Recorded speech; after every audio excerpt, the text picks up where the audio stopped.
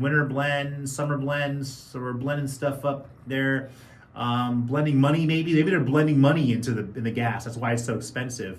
But in Mexico, I was calculating. Of course, it's like pesos per liter. So when you look at it, it says like 22.40. You're like, wow, $22.40. This is ridiculous. I'm like, no, slow down. That's in pesos. So that's just over $1 for a liter. And I think there's like 3.8 something liters in a gallon. And so I added up, and the gas in Puerto Vallarta was a little over $4. So still over $2 cheaper than gasoline is here. Okay. And I guess supposedly it's hit an all-time high. So I guess we're at the all-time high as it's been. And of course our governor had to jump in here. He said this, it just doesn't add up. You're right, Newsom, it doesn't.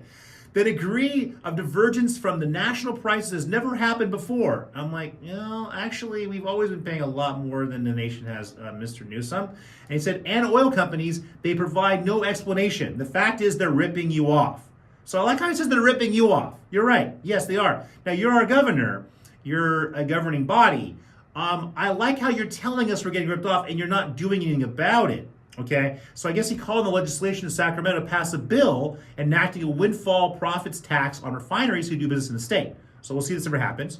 They didn't specify how this is going to work, but I guess one idea would say will allow them to make 75 cents per gallon, and the profits that exceed that amount, the companies have to return the money. Or you can just cap what they are able to make.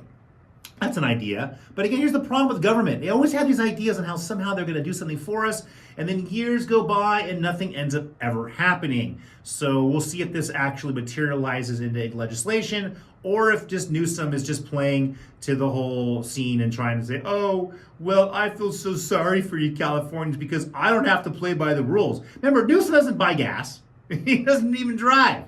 He doesn't have to play by the rules. He doesn't care. Like, Newsom doesn't care about us. So that's why it's important that we get rid of our government. Yeah, they don't care. So let's stop paying them. Let's stop paying for their gas. There you go. Then I guess there was a lawsuit accusing oil companies of price collusion. It was dismissed by a federal judge in San Diego. I guess in short, the judge ruled that plaintiffs could not establish that communications between traders from rival companies helped executives raise the cost of gasoline for California consumers. While defendants would certainly have an economic motive to act in the manner alleged by plaintiffs, that alone cannot establish an antitrust violation, the judge wrote in a 103-page ruling.